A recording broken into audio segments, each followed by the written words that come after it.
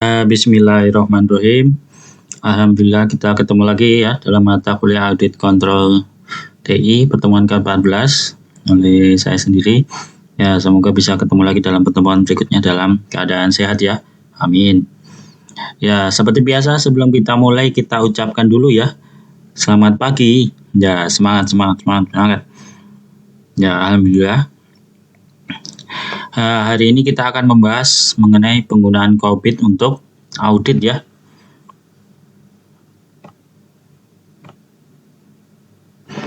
Ya, menurut ISACA 2017 menjelaskan bahwa tujuan dari kontrol Objective for Information and Related Technology atau COVID adalah untuk menyediakan manajemen dan pemilik proses bisnis dengan model tata kelola teknologi informasi.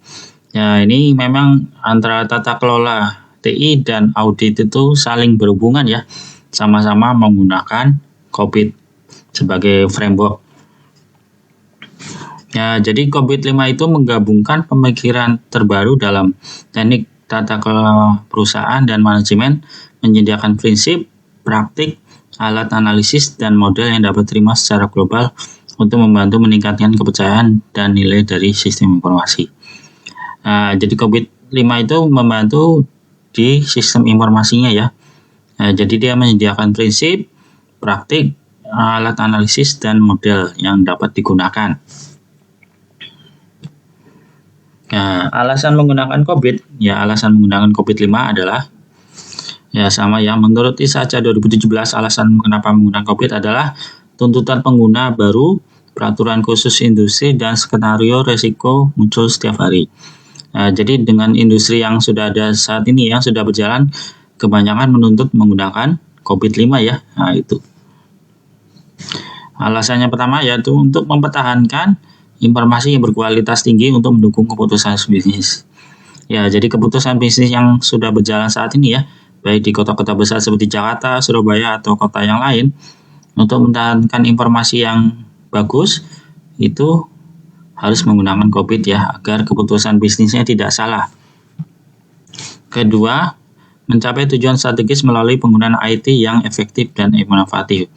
Diharapkan dengan menggunakan COVID itu bisa penggunaan IT jadi lebih efektif dan inovatif. Seperti itu loh. Terus yang ketiga, mencapai keunggulan operasional melalui penerapan teknologi yang andal dan efisien. Jadi dengan menggunakan COVID, maka penerapan IT jadi lebih andal dan efisien ya. Nah, ini masih lanjutannya. Berikutnya, mempertahankan risiko terkait IT pada tingkat yang dapat diterima. Jadi biasanya kalau kita menggunakan IT itu muncul risiko yang bermacam-macam ya. Kadang-kadang ada risiko yang bisa diterima, ada risiko yang kita tidak bisa terima. Ya, mungkin yang tidak bisa diterima itu karena kemampuan kita untuk itu ya, menanggulangi risikonya. Nah, dengan adanya COVID itu bisa mempertahankan risiko sehingga dapat diterima. Maksudnya dapat diterima itu bisa ditanggulangi. Nah, intinya seperti itu. Mengoptimalkan biaya layanan dan teknologi IT. Jadi kalau tidak menggunakan COVID, kemungkinan karena tidak efisien dan tidak efektif, maka kemungkinan penggunaan biaya IT itu sangat besar sekali ya. Misalkan kalau tidak menggunakan COVID, biaya IT bisa sampai 500 juta ya pengeluarannya. Nah, kalau sesudah menggunakan COVID, bisa ditekan mungkin sampai dengan 200 atau 150 juta. Nah, contohnya seperti itu. Kemudian mendukung kepatuhan terhadap hukum, peraturan, perjanjian, dan kebijakan kontraktual yang relevan.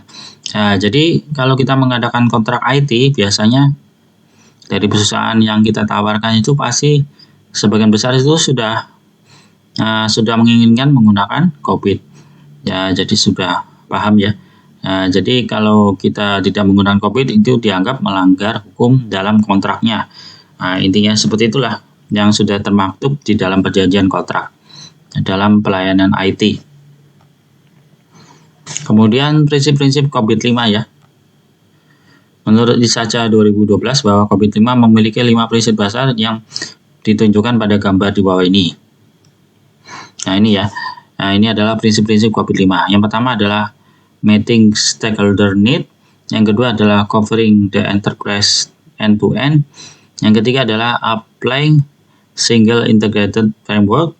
Yang keempat adalah enabling a holistic approach. Yang kelima adalah separating governance from management. Nah, ini penjelasannya di halaman berikutnya ya. Ya, menurut Eko Wansah 2017 menjelaskan tentang 5 prinsip dalam COVID-5. Pertama, meeting stakeholder need, memenuhi kebutuhan pemangku kepentingan. Ya, jadi stakeholder itu contohnya misalkan kalau di perusahaan Pertamina, stakeholdernya berarti kemungkinan adalah Kementerian BUMN, kemudian pemilik Pertamina, ya seperti itu ya, dan pemerintah dan lain-lainnya yang mempunyai kepentingan ya terhadap perusahaan itu. Jadi perusahaan menciptakan nilai bagi stakeholder dengan memperhatikan keseimbangan antara realisasi dan optimalisasi risiko serta penggunaan sumber daya. Jadi dengan menggunakan COVID-5, apa yang diinginkan oleh stakeholder itu terpenuhi ya. Jadi risikonya lebih minimal, terus realisasi proyeknya juga tercapai. Nah, intinya seperti itu. Itu maksud dari meeting stakeholder need. Kemudian yang kedua, covering the enterprise end-to-end. Mencakup keseluruhan dari hulu hingga hilir suatu perusahaan. Terus yang ketiga, itu penjelasannya nanti ada di halaman berikutnya. Ketiga adalah mengintegrasikan tata kelola perusahaan IT dalam tata kelola perusahaan. Mencakup semua fungsi dan proses dalam perusahaan, menganggap semua tata kelola dan manajemen IT enabler untuk perusahaan. Nah, ini yang nomor 3 itu adalah tambahannya. Terus selanjutnya, applying single integrated framework. Berkaitan dengan IT standar dan praktik terbaik, masing-masing memberikan bimbingan pada sub-sub bagian kegiatan IT. Nah, ini nanti ada penjelasannya. Kemudian yang kelima adalah enabling a holistic approach. Manajemen IT perusahaan yang efisien dan efektif memerlukan pendekatan yang menyeluruh, mempertimbangkan beberapa komponen yang berinteraksi. Nah, ini antara komponen itu nanti ada pendekatan yang menyeluruh ya, agar kegiatan daya guna IT itu berjalan lancar dan efektif dan efisien. Nah, nanti ada penjelasannya lagi ya di halaman berikutnya. Nah, yang pertama adalah memenuhi kebutuhan stakeholder. Perusahaan ada itu adalah untuk memberi keuntungan atau nilai bagi stakeholder. Nah, ini contohnya seperti ini. Ya, yang diinginkan stakeholder adalah adanya benefit realisasi, kemudian ada risiko yang diminimalkan, terus ada sumber daya yang dioptimalkan. Nah, itu yang diinginkan oleh stakeholder. Nah, ini masih lanjutannya. Perusahaan memiliki banyak stakeholder dan bisa saja menimbulkan konflik antara satu dan sama lain. Tata kelola adalah mengenai negosiasi dan memutuskan antara stakeholder. Sistem tata kelola seharusnya mempertimbangkan semua daya dan penilaian risiko. Untuk setiap keputusan, hal berikut dapat dan seharusnya siapa yang menerima keuntungan, kemudian siapa yang menanggung risiko, apa saja sumber daya yang dibutuhkan.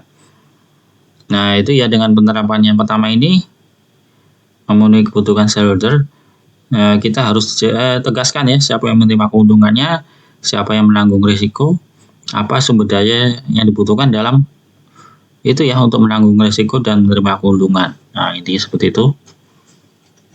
Nah, ini masih sama. Nah, kebutuhan stakeholder harus bertransformasi menjadi strategi praktis perusahaan. Tujuan COVID-5 mempertimbangkan kebutuhan stakeholder dalam tujuan fisik dan praktis dalam konteks perusahaan IT dan tujuan perusahaan IT dan tujuan dari enabler. Nah, ini gambarannya ada di gambar sebelah kanan. Ya, dengan memenuhi kebutuhan stakeholder memungkinkan mendefinisikan prioritas pelaksanaan, perbaikan dan jaminan antara perusahaan IT berdasarkan pada tujuan strategis dan risiko yang terkait dengan perusahaan. Dalam praktek, tujuannya adalah mendefinisikan tujuan sasaran relevan dan nyata di berbagai tingkat tanggung jawab. Filter dari pengetahuan COVID-5 berdasarkan pada tujuan perusahaan untuk menjabarkan kepanduan relevan masukkan dalam proyek tertentu. Nah, ini dibaca-baca aja. Nah, terus yang penjelasan nomor 2, covering the enterprise end-to-end. COVID-5 mengintegrasikan IT enterprise pada organisasi pemerintahan dengan cara Yang pertama, mengakomodasi seluruh fungsi dan proses yang terdapat pada enterprise. COVID-5 tidak hanya fokus pada fungsi IT, namun termasuk pada pemberian informasi teknologi terkait aset layaknya aset-aset terdapat pada enterprise. Terus mengakomodasi seluruh stakeholder, fungsi dan proses yang relevan dengan keamanan informasi. Terus yang berikutnya adalah uplink single integrated network. COVID-5 dapat disesuaikan dengan standar dan framework lain. Nah, jadi kalau di perusahaan itu menggunakan framework lain itu biasanya COVID-5 bisa menyesuaikan ya. Jadi penggunaannya bisa berdampingan. Satunya COVID-5 dan satunya framework yang lain. Serta mengizinkan perusahaan untuk menggunakan standar framework lain sebagai lingkup manajemen kerangka kerja untuk IT enterprise. Nah, itu penjelasan di bawahnya ya. Terus yang keempat, enabling a holistic approach. Pemerintahan dan manajemen perusahaan IT yang efektif membutuhkan pendekatan secara holistik atau menyeluruh. Ya, itu agar memenuhi apa yang diinginkan oleh stakeholder. COVID-5 mendefinisikan pemicu disebut enabler. Ya, jadi ada pemicu namanya enabler, sebutannya. Enabler adalah faktor individual dan kolektif yang mempengaruhi suatu agar dapat berjalan kerja. Karena kerja COVID-5 mendefinisikan 7 kategori enabler yang dapat dilihat pada gambar berikut. Ya, gambarnya nanti ya. Yang nomor 6 adalah separating governance from management, memisahkan tata kelola dan manajemen. Karena COVID-5 membuat perbedaan jelas antara tata kelola perusahaan dan manajemen. Kedua hal tersebut mencakup jenis kegiatan, memerlukan bagi struktur organisasi dan melayani tujuan yang berbeda. Kemudian berikutnya adalah domain dan proses COVID-5. Mencakup 37 proses ya. Nah, ini ada gambarnya. Domain ya ada 37 proses. Jenis dibagi dalam 2 jenis area. Yang pertama tata kelola, memastikan ini ya, memastikan perusahaan tercapai mengatasi kebutuhan.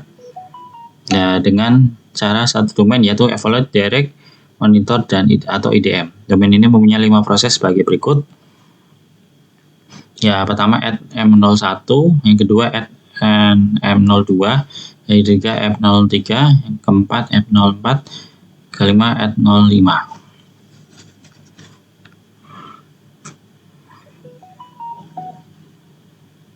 Nah, ini semuanya berhubungan dengan itu ya, berhubungan dengan pemerintahan yang berhubungan atau stakeholder yang berhubungan ya. Nah, ini. Yang kedua lanjutannya ya, manajemen. Plan, build, run, and monitor. Nah, sebagai berikut ya. Nah, pertama ada align, plan, dan organisis, mempunyai 13 proses ya. Yang tadi di atas 5 proses ini ada 13 proses ya. Nah, ini AP01, AP02, AP03, dan AP04. Kemudian lanjutannya AP05, 6, 7, 8, 9, 10, 11, 12, 13. Nah, ini semuanya berhubungan dengan stakeholder dan perusahaan. Berhubungan dengan manajemennya. Terus yang berikutnya build. Ya, memiliki 10 proses sebagai berikut. 1, 2, 3, 4, 5, 6, 7, 8, 9, 10. Nah, ini juga domainnya berhubungan dengan stakeholder dan perusahaan yang bersangkutan pada saat melakukan audit ya. Nah, intinya seperti itu. Nah, ini mungkin penjelasannya hanya segitu aja ya. Nanti kalau ada yang kurang jelas, silakan ditanyakan dengan WA. Pokoknya intinya itu apa tuh? COVID-5 itu bisa diterapkan dalam tata kelola dan juga bisa digunakan pada saat audit ya. Jadi pada saat kita melakukan audit itu bisa juga menggunakan COVID-5 ya sebagai frameworknya. Nah, untuk lebih jelasnya coba Anda cari video di YouTube ya. Video penerapan COVID-5 ya untuk audit. Nah, ntar saya edit dulu ya.